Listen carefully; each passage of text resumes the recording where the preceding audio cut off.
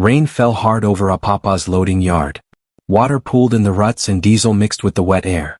Men hunched under tin roofs watched as bailiffs moved with stiff faces. They clamped bright locks on new textiles warehouse doors. Paper seizure notices slapped against wood and metal.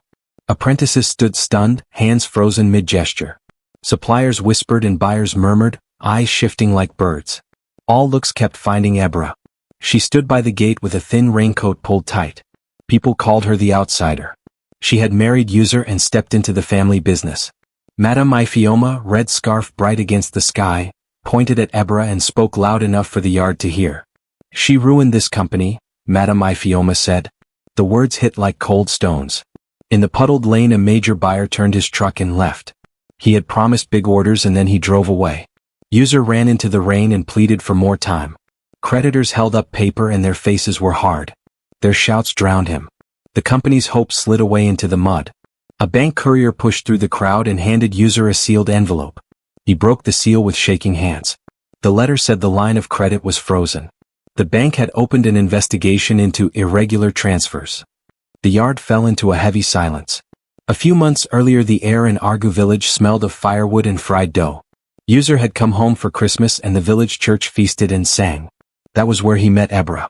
She moved through the crowd with a tray and a laugh that sounded bright and steady. User watched her and felt like a man who had found a missing place. When he returned to Apapa he did not hide her name. He told the family he wanted to marry her. The trade clan in Apapa had built itself on careful matches and known lines.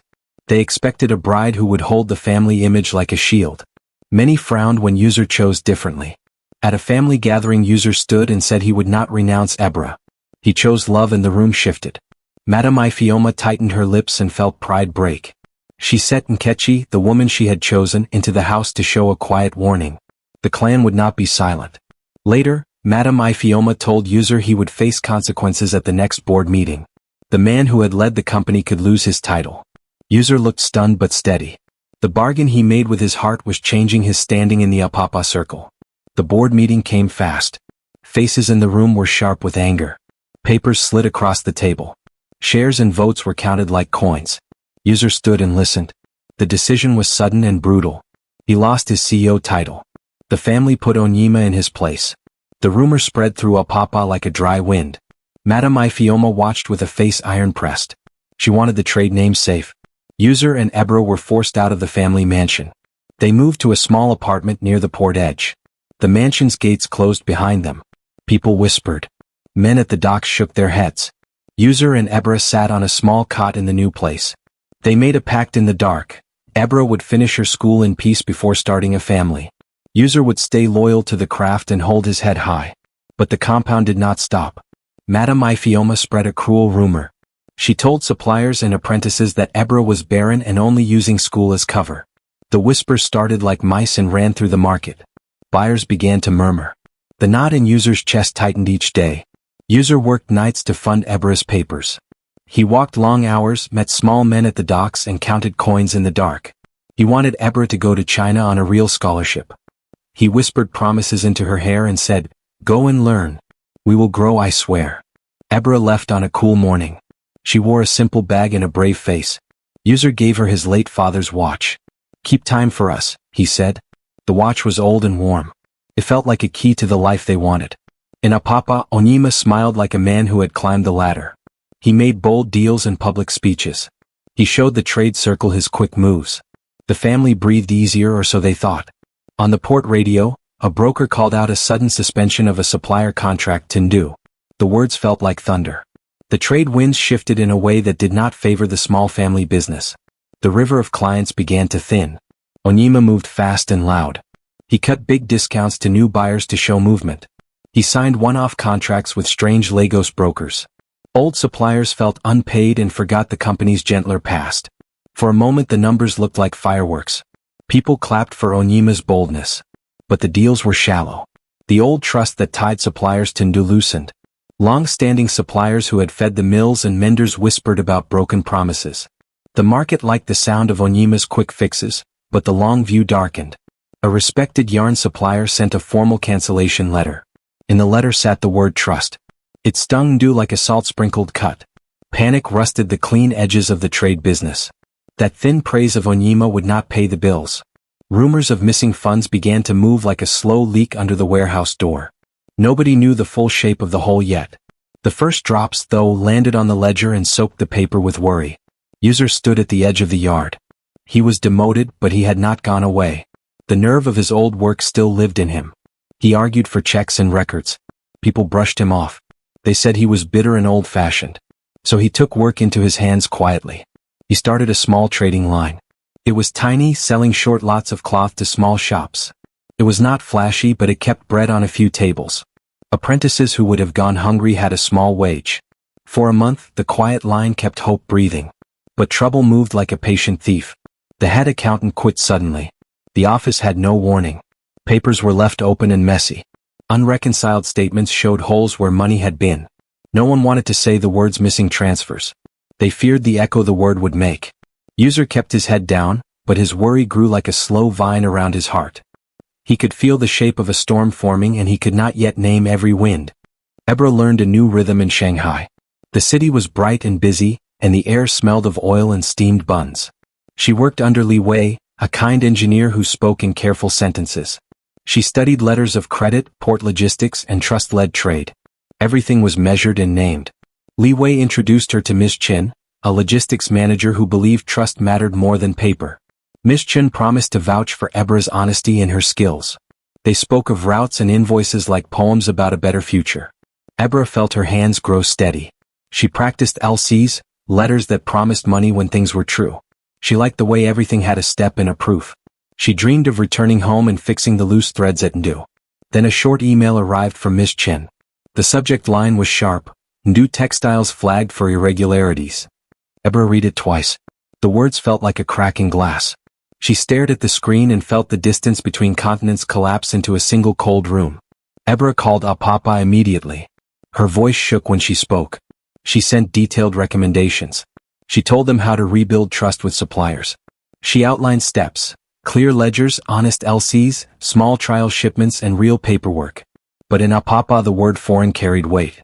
Messages from China were called meddling. Let the family handle it, people said. Ebra's notes were treated as a foreign wind that would not be welcome. User stood by her words in private. He read her emails late at night and felt pride. Publicly, User could not challenge his mother. The family house had sharp rules and thicker silence. Reputation weighed like iron. Then a courier sent a scanned document. Ebra opened it and froze. It was an invoice with User's signature. The signature was forged. The sum was large. The sight of that name in ink on the paper broke the small piece she had left. She held the file and felt like the world had tilted. Ebra came home to Apapa and found the warehouse quiet. Machines sat like sleeping beasts. The apprentices were idle and pale. Supplier trucks pulled away and left puddles where their tires had been. The yard had the hush of something that had lost its reason to move. She found the ledger drawer unlocked by chance. Inside, her fingers brushed pages with odd entries. Numbers did not match delivery logs. A fear grew in her chest like ice. She sketched a quick map of the differences in her head. Deep in the drawer, she found a courier slip marked E's Trade. The name made her pause. It did not belong to the family's usual partners. She held the slip and felt a cold little ripple of worry. The yard's quiet now had a sinister heartbeat. She took the ledger and the slip to User. He studied the pages under a single bulb. The wrong numbers traced a path like footprints in mud. The path led to names unfamiliar and dark. Ebra's jaw clenched. Someone had moved pieces of Ndu without permission. The thing had the shape of a theft done slow and clever. Ebra remembered the old CEO office. It had once belonged to User's father. She found a loose panel near the filing cabinet. Behind the plaster she discovered a hidden box. It was dusty and small, like a secret kept too long. Inside the box were an old corporate seal, some faded contracts, and a ledger stub marked with initials, IH. The stub showed line items now missing. Ebra's heart beat fast. The initials were a clue, a small bright thread. The stub had a stamp from a Lagos registry clerk who still worked near Apapa docks. The stamp looked official, but the transactions were ghostly. It felt like someone had used old truth to hide false steps. Ebra held the seal in her hands. A quiet thought settled in her. The theft was not only about greedy young men and bright deals.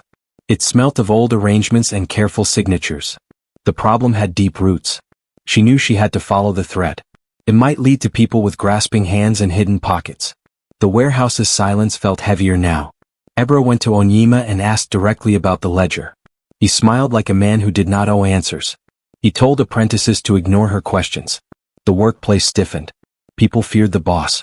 A loyal foreman named Kola stepped up to speak, but Onyema fired him on the spot. The firing was a warning. The apprentices grew more careful and quieter. Where once there had been jokes and songs, now there were looks and stopped glances. One night, a small scrap of paper slid under Ebra's door. It was a whisper on paper. It named Chaik, a courier who once delivered envelopes to the compound. The note did not contain answers, but it thinned the map of suspects. Ebra thought of Chaik. He had once been part of the yard's small life. If the courier kept records or receipts, he might be the hinge that could open the locked book of the theft. But fear wrapped around the yard like cling film. People feared losing work as much as losing truth. Ebra set her jaw. She would not break the quiet. She would search the pieces and follow each thread until the picture came clear. Ebra drew a careful plan on old paper. She wanted to reopen trust with suppliers. She wrote the steps plainly: trial shipments, clean paperwork, a clean counterparty. Miss Chin in Shanghai could help. But Ndu's credit was tarnished. User offered his small business as temporary collateral. It was a humble thing, but it showed faith. Miss Chin agreed to a trial if paperwork was clear and a clean guarantee existed. For a moment the plan shone like a candle in the dark yard. Madame Ifeoma would not give her blessing. She stood at the compound gate and said no. She threatened legal action to stop Ebra touching Ndu's accounts. The family house's rules were heavy and old. Without the house's backing, the plan was fragile. Ebra felt the weight of 1,000 small refusals. But the apprentices and a few suppliers felt the hope stirring. For one brief night they laughed a little. The plan might be small, but it felt as if it could breathe life back into the warehouse. The trial shipment arrived with the smell of hope. Miss Chen's trusted line sent a small lot. The apprentices cheered. Workers moved like they had purpose. Orders were processed and buyers looked again at Ndu. For a short time the yard breathed. Profit came in small, honest pieces. It looked like the plan worked. Ebra watched the men fold cloth, fill boxes and sign receipts. Her chest lightened. This might be the beginning of repair. But the joy was short. That night Onyema diverted the shipment's payments to an allied warehouse. He moved the funds off the company books. Ndu saw the sound of the shipment, but the money vanished like steam. Ebra felt the pain as if someone had struck her. The apprentices were crushed. Hope folded itself like battered cloth. Onyema's betrayal was sharper than the salt of the sea. They had been given a glimpse of life returning and then robbed of it. The small victory became a hollow echo. Trust frayed again. Rumors grew. A Lagos trade magazine printed a piece about forgery at Ndu. Buyers panicked and cancelled. The police came to ask User questions. He went to the station and sat in a bright room where faces were hard and lights were cold. They showed him a forged signature for a shipment he never approved. The paper smelled like trouble. User stood under the fluorescent lights as the officers asked his name and role. The shame of it burned. In the yard, the reputation sank lower. People looked at User like he had become a story of failure. Buyers walked away and apprentices stared at their boots. Then something worse happened. The police showed User a copy of a bank transfer. It named a beneficiary, Ifeoma Holdings Limited. The name sounded like the family house wrapped up as a company. User could not breathe for a moment. The paper pointed at the home he had left and the people who had sent him out. Ebra spent long nights studying the forged papers. She learned the small mistakes, the tilt of letters, the margin habits of the writer. She noticed a marginal style that matched Madame Ifeoma's stationery habit. The possible truth felt impossible. The idea that Madame Ifeoma signed a false paper seemed like lightning in clear sky. Could the woman with the loud scarf be inside this web? Ebra felt the gravity of the thought pull her down. A house assistant once trusted slipped Ebra a secret. He told of a time Madame Ifeoma met secretly with a Lagos power broker named Obiagwu. The assistant's eyes were full of fear. True, the story became more than family greed. It had the shape of a hidden network. Ebra felt the threads tighten. She would need proof, not just a suspicion she could not say aloud.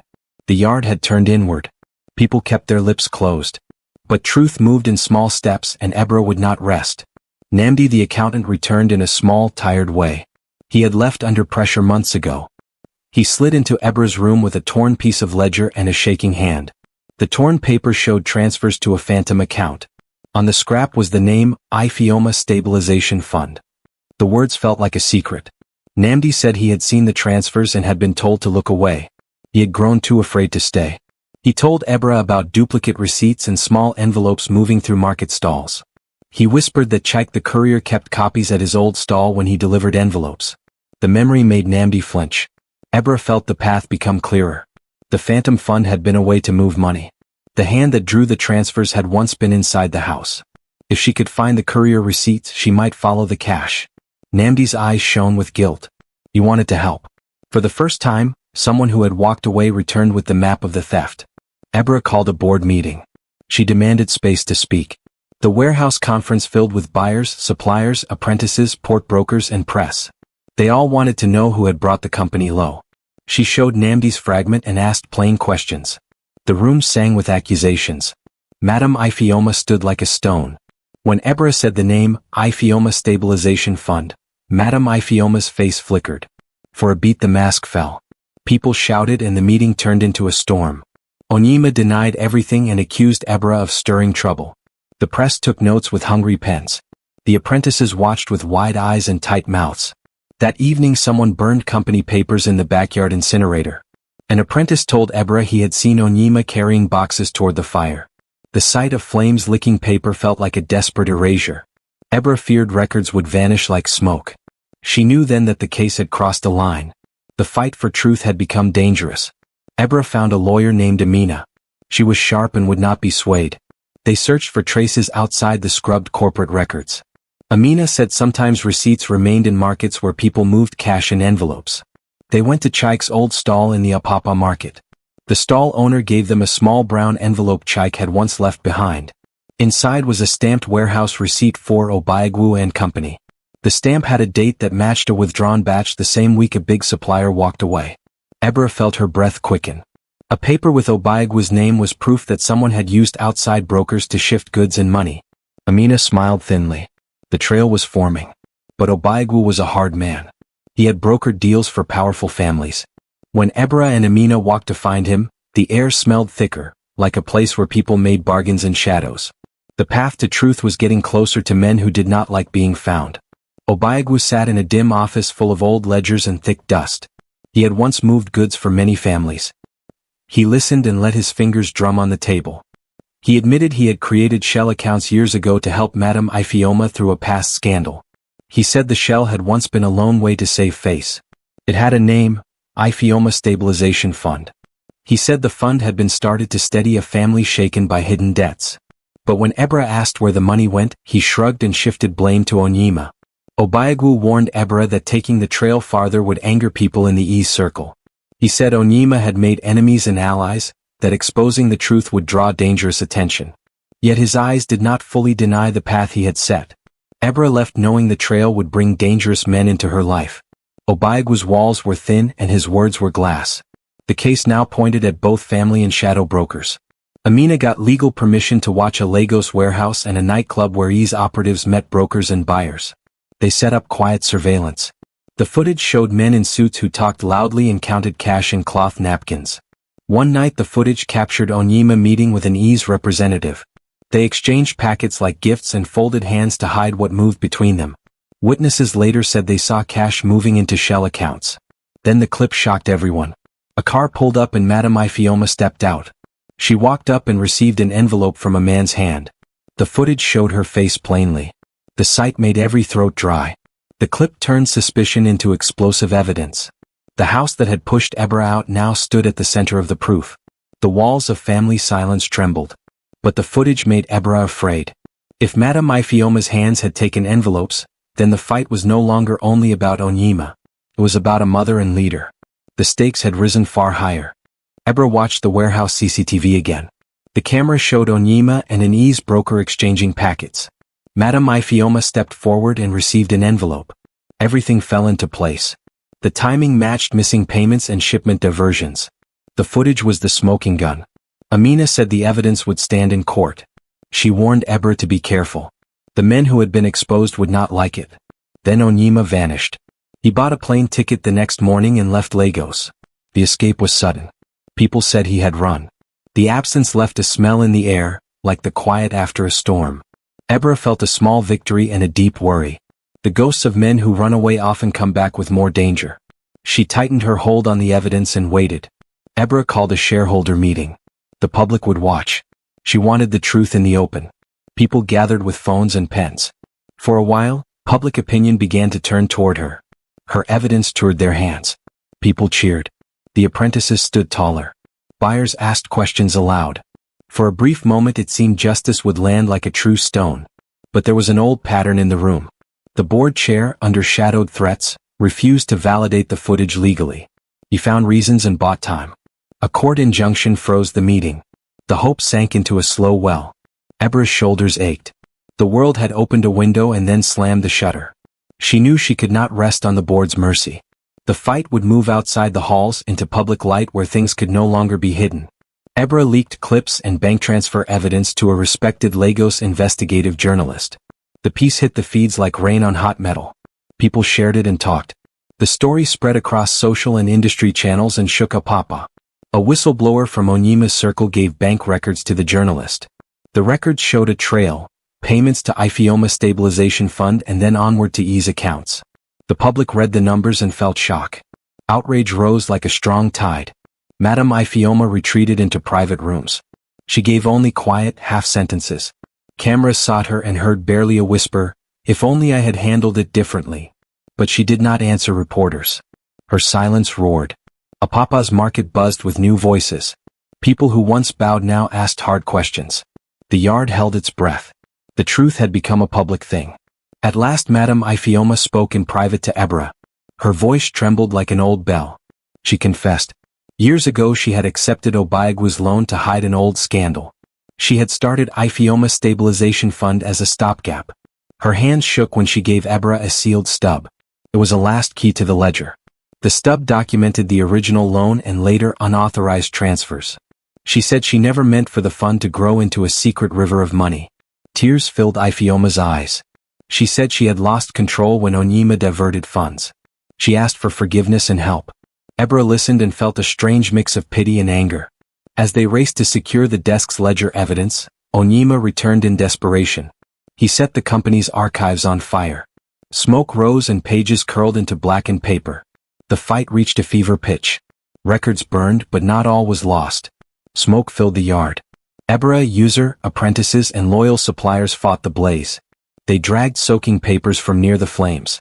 Creditors and police arrived with warrants. Onyima was cornered in a violent scene and arrested. The recovered ledgers, CCTV footage, Obiagwa's words, and bank records formed a clear case. The legal world turned its head. Onyima and several Ease brokers were taken into custody. Madame Ifeoma confessed publicly and stepped down. The board reformed. User returned as a leader and new rules for transparency were set. At dawn over Apapa's cranes, Ebra stood before the yard. She looked at the gathered workers and buyers and said, "If only you had seen me for what I am when I first stepped through that gate." Madame Ifeoma answered, quiet and contrite. The moral stood plain. Secrecy and pride can burn empires, while courage from the margins can rebuild them.